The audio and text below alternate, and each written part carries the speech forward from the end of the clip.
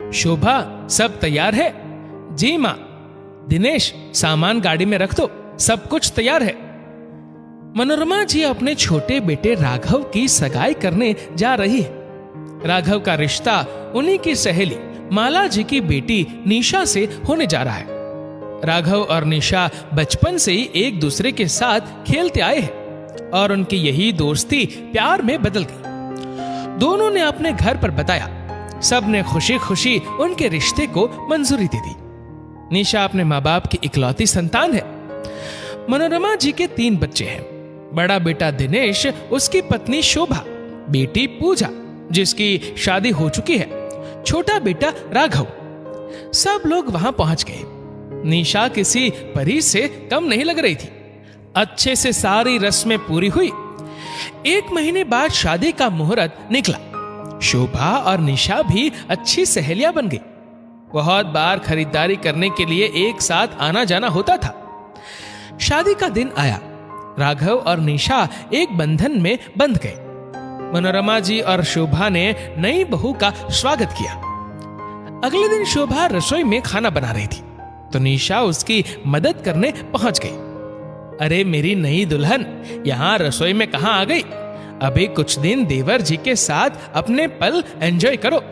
ये दिन फिर लौटकर नहीं आएंगे। रसोई का क्या है, ये सब काम तो हमें जिंदगी भर मिलकर करने ही है। निशा भी मुस्कुराकर शोभा के गले लग गई। दोनों बातें कर रही थी कि बाहर से सासू माँ की आवाज आई। शोभा, कहाँ गई? इधर आ। तुझे मैंने अपनी अलमारी साफ करने के लिए बोला था, अभी तक की क्यों नहीं? माँ, बस वो शादी की तैयारियों में इतना व्यस्त रही कि समय ही नहीं लगा। तेरे पास तो काम ना करने के बहाने हमेशा तैयार रहते हैं। 10 दिन पहले कहा था। माँ, मैं अभी कर देती हूँ। निशा ने कहा।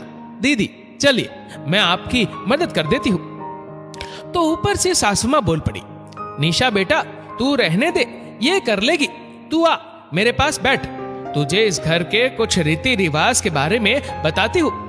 तेरी बड़ी भाभी को तो कुछ आता है नहीं, तू ही सीख ले।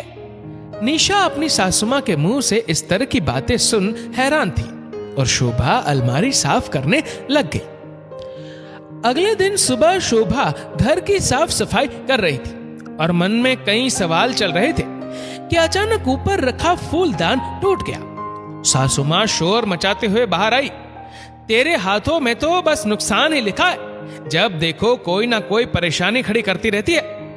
माँ, वो गलती से टूट गया, ध्यान पता नहीं कहाँ रहता है। निशा फर्श पर बिखरे